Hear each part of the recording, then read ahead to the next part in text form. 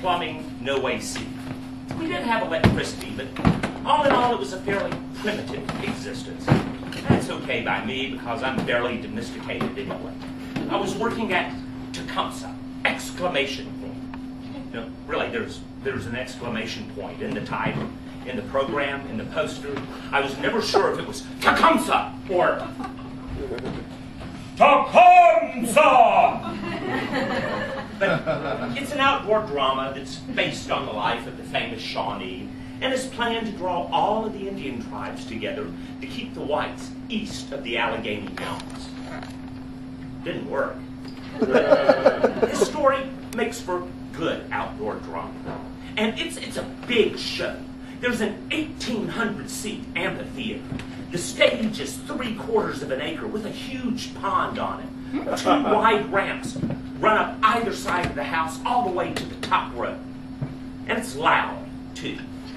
We shot off 8.5 pounds of black powder a night. There were 3 pitched battles, a cast of 56, and a dozen horses. And if you've never worked with a dozen horses, consider yourself lucky. They will upstage you in a heartbeat. I think that 90% of a horse's internal organs are dedicated to expelling liquids. I mean, you look over there and see a horse just letting it rip, and you think, oh man, I've got to die in that spot in the very next scene. Solids, use your imagination. And remember, we're all wearing moccasins. And gases. I have heard a horse fart that sounded like a foghorn. Nothing like you're a big scene, 1,800 people, and having them all titter over a horse fart. But the show is about more than horse flatulence. It's an important story, and I think it had a profound effect on me. And, well, I'm a better man for it.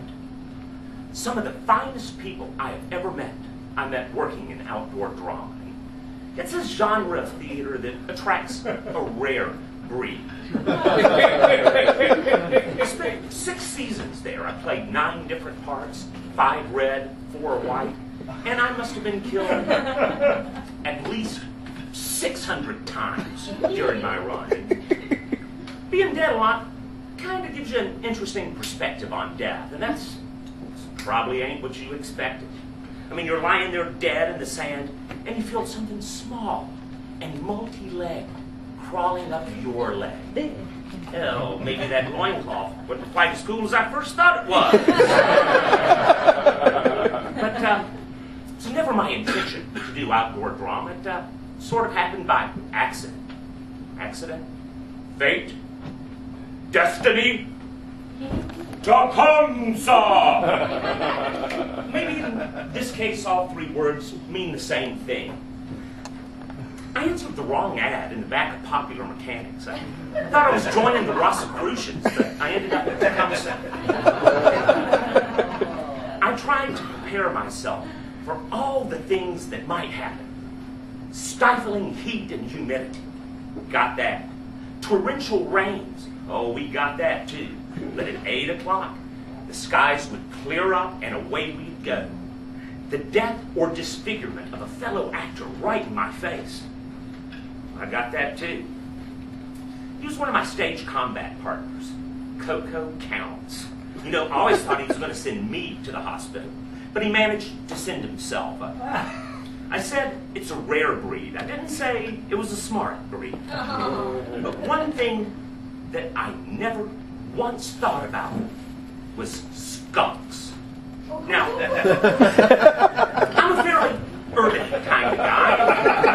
I always figured that skunks, like all wild animals, had some stealth, some woodcraft, some shyness about humans.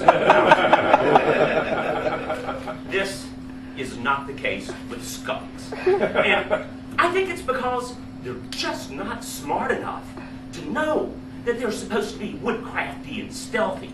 I mean, you could hear them stumbling around in the woods long before you saw one, tripping over roots, bumping into trees, and then they'd walk right by you like you weren't even there.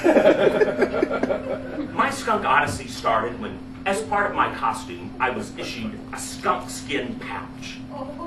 Now, between the skins and the feathers, if you're a vegan, you're going to have a real problem with this show. But I thought it was really, really cool. Then we noticed, coming down from the show to the living compound, that skunks have been around, and very recently. And then they started to watch the show. And they liked it. They were particularly fond of this one scene where Tecumseh has asked his white girlfriend to marry him. It's dramatic stuff. She's crying. How will we raise the kids? What if war comes? And just laying it all on the line for the folks. And here's Tecumseh, the mighty Shawnee warrior, shooing the skunks away. Skunks! And, you know, poor Kimmy. She was a great gal. I don't know what she did to deserve such karma. Maybe in a past life she must have clubbed baby seals or something. And I thought, yeah, that's pretty bad. Until I had my own close encounter of the skunk kind. The show is winding down. Tecumseh and his warriors are preparing for one last battle with the Americans. He's praying to the Shawnee deity while his warriors are dressed around the stage in reflective poses. And I'm standing next to this big clump of trees and shrubbery, and I hear something crashing around in it, and I think, oh, great, a skunk. And I hope that it is a especially calm one, because in about a minute and a half, all hell is going to break loose. Cannons, rifles, guys screaming, I've got to die right there.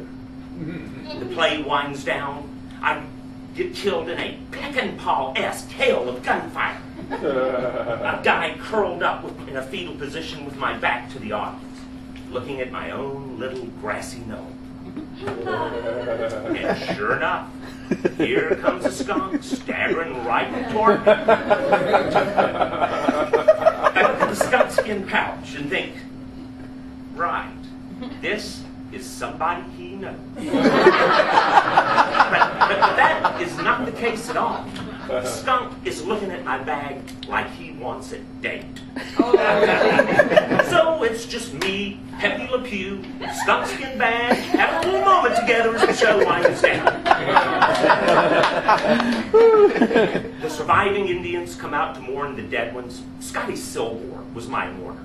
He comes running out and skids to a halt about 5 feet from me, raising a small cloud of dust that starts to drift toward me. He was remarkably calm. Don't move. I'll be right back. And he runs off. And me and Pepe and the bag continue exploring our little moment together as the cloud of dust settles around my face and starts to tickle my nose. The show ends. The dead Indians get up and run off stage, except for me and Pepe, who is now looking at my bag like, oh, hey, baby, you live around here often? Scotty and another guy come running out, and they pick me up, and they start to carry me off. The skunk starts to follow. The audience can see all of this, and they go nuts. This makes the skunk very nervous. He's got an itchy finger on the trigger. And then that cloud of dust just got to be too much for me. What? Two! Let's just say that the three of us were beating our own tom-toms for quite a while after that. Tomato juice baths and Febreze. 2 weeks. It's been really tough being my roommate. But that was the end of that.